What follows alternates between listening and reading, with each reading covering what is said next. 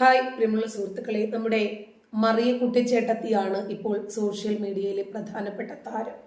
അവരിന്ന് വളരെ പ്രധാനപ്പെട്ട ഒരു കാര്യം പറഞ്ഞു. എനിക്ക് വളരെ അർത്ഥവത്താണെന്ന് തോന്നി.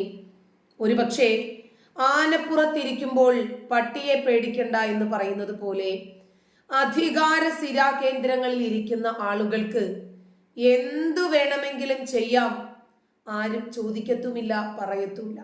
ഇനി ആരെങ്കിലും പറഞ്ഞാലും അതാരും അത്ര മുഖവിലക്ക് എടുക്കത്തുമില്ല. അധികം വിമർശനങ്ങളും ഒരു പക്ഷേ രാഷ്ട്രീയമാണെങ്കിൽ പ്രതിഭാഗത്ത് നിന്ന് വന്നേക്കാം, എന്നാലും അത്രയ്ക്കും ഏറിക്കില്ല.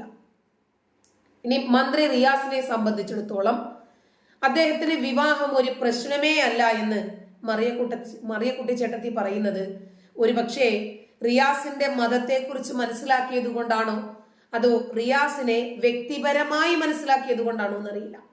രണ്ടായാലും രണ്ടിനും അതിൻ്റെതായിട്ടുള്ള ന്യായീകരണങ്ങളുണ്ട്. മതപരമായിട്ടാണെങ്കിലും രണ്ടേ ആയിട്ടുള്ളൂ. ഇപ്പൊ ഒന്നേ നിലവിലുള്ളൂ. റിയാസിന് ഇനിയും 3 ചാൻസും കൂടിയുണ്ട്. ചേട്ടത്തി പറയുന്ന മറ്റൊരു പ്രധാനപ്പെട്ട കാര്യം, ഇനിയും വേറെ ആരെങ്കിലും മുഖ്യമന്ത്രി ആയാൽ അവർക്കൊരു മകളുണ്ടെങ്കിൽ അതിനെയും നോട്ടം വെക്കും, അതിനെയും കെട്ടാൻ തയ്യാറാകും നമ്മുടെ മന്ത്രി മുഹമ്മദ് റിയാസ് എന്നാണ്.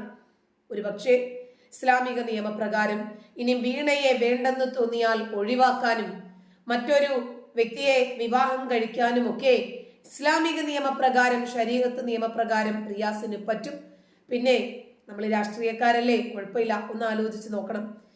റിയാസിന് പണമുണ്ട്, പൊളിറ്റിക്കൽ സ്ഥാനമുണ്ട്, പോപ്പുലാരിറ്റി ഉണ്ട്, ഒരു കുഴപ്പവും വന്നില്ല.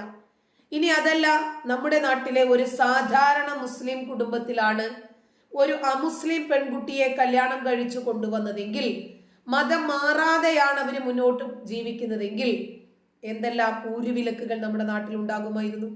ഇവിടെ അധികാരം, മാൻ പവർ ഉണ്ട്, മണി പവർ ഉണ്ട്, പൊളിറ്റിക്കൽ പവർ ഉണ്ട്. ഈ 3 പവറും ഉണ്ടെങ്കിൽ ഇസ്ലാമിലെ ഏത് നിയമത്തെയും പുല്ലുപോലെ വലിച്ചെറിയാം. ഇപ്പൊ ഓണം ആഘോഷിക്കരുത്, ക്രിസ്മസ് ആഘോഷിക്കരുത് എന്നൊക്കെ പറഞ്ഞ് ഇസ്ലാമിലെ നിയമങ്ങൾ മുന്നോട്ട് വെച്ച് മുസ്ലിം പുരോഹിതർ പ്രസംഗിക്കുന്നത് നമ്മൾ കേട്ടിട്ടുണ്ട്. എല്ലാ സീസണുകളിലും ഇവർ ഇത്തരം നമ്മുടെ മതേതര ജനാധിപത്യ മൂല്യങ്ങൾക്ക് വിരുദ്ധമായ രൂപത്തിൽ മതമൂല്യങ്ങളെ മാത്രം പ്രോത്സാഹിപ്പിക്കുന്ന ആശയങ്ങളും നിലപാടുകളും ഒക്കെയായി വരാറുണ്ട്.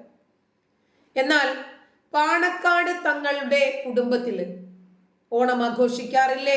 ഉണ്ട്. അത്തപ്പൂക്കളം ഇടാറില്ലേ? ഉണ്ട്. എന്തേ അങ്ങോട്ടൊന്നും ഇവരുടെ ഊരുവിലക്കും പള്ളിവിലക്കുകളും ഒന്നും എത്താത്തത്? ഇതാണ് കാരണം. അവർക്ക് എല്ലാ തരത്തിലുമുള്ള പവറുണ്ട്.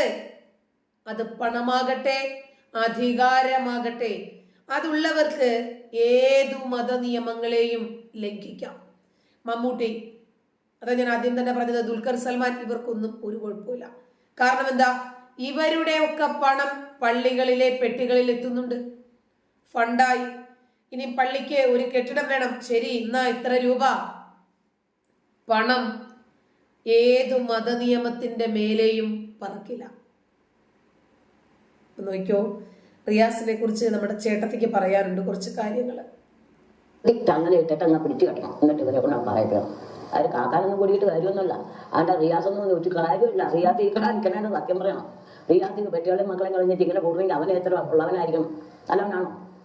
ഇയാക്കടെ മകള് നല്ലതാണ്. നമുക്ക് പിന്നെ മുഖ്യമന്ത്രി ആയതുകൊണ്ട് ആരും ഒന്നും ഉണ്ടായിരിക്കണം. അല്ല പറയാനൊക്കെ എത്ര പൈസ കുടുംബമുണ്ടോ?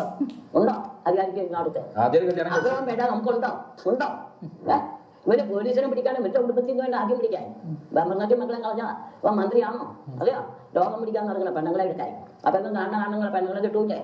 ഇത് മാത്രവുമല്ല, റിയാസ് മുമ്പ് വിവാഹം കഴിച്ചത് ഒരു ഡോക്ടറെയാണ് എന്നാണ് ഞാൻ മനസ്സിലാക്കുന്നത്.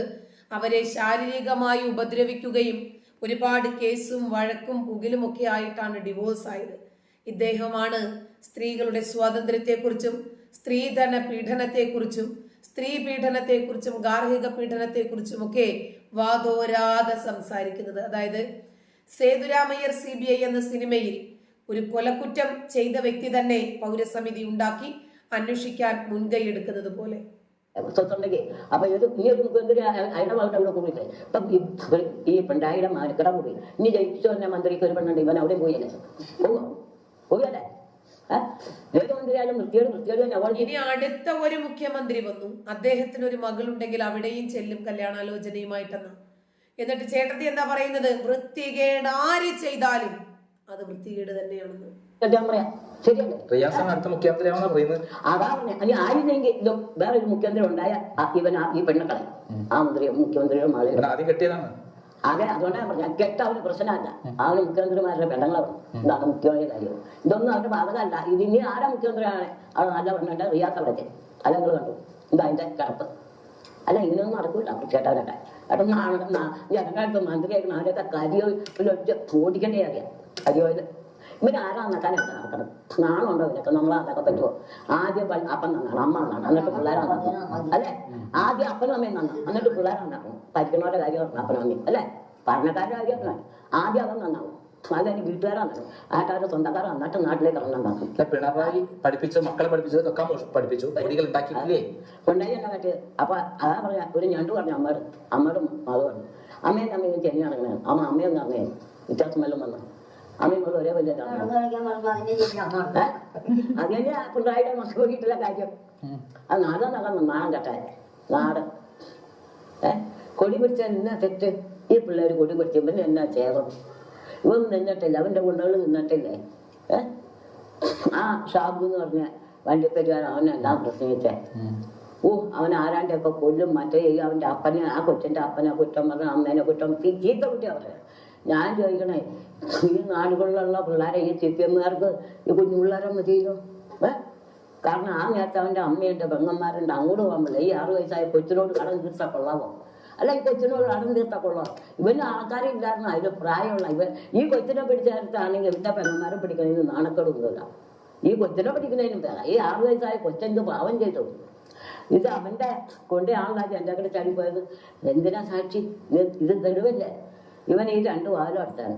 ഈ എല്ലാം പറഞ്ഞിട്ട് ചാടിപ്പോകും. പിന്നെ എന്തിനാന്ന് സാക്ഷി? നമ്മളെല്ലാരും കണ്ട TV-യില്, ഞാനും കണ്ടതാ. അപ്പൊ എന്തിനാ സാക്ഷി? അവൻ തന്നെ ഇറങ്ങി പോയడం പോലീസിന് കാട്ടിക്കൊടുത്തു. പിന്നെ ഈ പോലീസ് അന്ന് വരാത്ത എന്നാന്ന് ചോദിച്ചാൽ പിണറായി പറയണമെന്ന് കേൾക്കാതിരിക്കാന്ന് ഓർത്തില്ല. അവന്റെ കൊണ്ടയാ അത്, പിണറായിയുടെ കൊണ്ടയാ ഈ കൊച്ചിനെ കൊന്നേക്കാൻ. നമുക്ക് എല്ലാവർക്കും അറിയാൻ പോലെ, അല്ലാത്തവർ കൊന്നാ പണ്ട പിടിക്കാനോ അല്ലേ? ചെറിയ കുഞ്ഞുങ്ങളെ കൊണ്ടുപോയി പീഡിപ്പിക്കുന്ന കമ്മികളെ കുറിച്ചിട്ടാണ് ചേട്ടത്തി പറയുന്നത്. 6 വയസ്സുള്ള കുട്ടിയെ പീഡിപ്പിക്കുന്നു. ഈ കേസുകൾ എങ്ങും എത്താതെ പോകുന്നു. സമാനമായ സാഹചര്യങ്ങളിലെ ആനുകാലിക വിഷയങ്ങളാണ് ചേട്ടത്തി ചൂണ്ടിക്കാണിക്കുന്നത്. അതാണ്, അധികാരം കയ്യിലുണ്ടെങ്കിൽ ആർക്കും എന്തും എവിടെയും ഏത് നിയമത്തെയും ലംഘിക്കാം. അതാണ് ഇവിടെ മതമായിരുന്നാലും രാഷ്ട്രീയമായിരുന്നാലും 2 വെള്ളത്തിൽ കൃത്യമായി മുഹമ്മദ് റിയാസ് കാല് ചവിട്ടി സമൂഹത്തിന് കാണിച്ചു കൊടുക്കുന്ന യാഥാർത്ഥ്യം അതാണ്. അതായത് അധികാരം കിട്ടുമെങ്കിൽ എന്തും ചെയ്യും.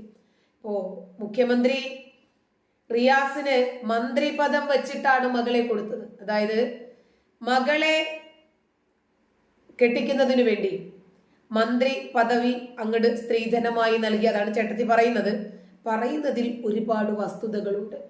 എല്ലാവർക്കും ഒരുപക്ഷെ അംഗീകരിക്കാൻ കഴിഞ്ഞെന്ന് വരില്ല. അന്ധമായ മതവും പാടില്ല, അന്ധമായ രാഷ്ട്രീയവും പാടില്ല. നമുക്കിഷ്ടപ്പെട്ട ഒരു രാഷ്ട്രീയ പ്രസ്ഥാനമാണെങ്കിൽ പോലും നേതാക്കന്മാര് നെറികേട് കാണിച്ചാൽ അത് തുറന്നു പറഞ്ഞാൽ നമുക്ക് മിണ്ടാതിരിക്കാൻ കഴിയണം. നമുക്കും അതുപോലെ തന്നെ അതിനെതിരെ ശബ്ദിക്കാൻ കഴിയണം. വ്യക്തികൾ ചെയ്യുന്ന ഏത് കാര്യങ്ങൾക്കും നമുക്ക് വിമർശിക്കാൻ കഴിയണം. അതേപോലെ വ്യക്തിബന്ധങ്ങൾ സുദൃഢമായി കൊണ്ടുപോകാനും കഴിയണം. നന്ദി.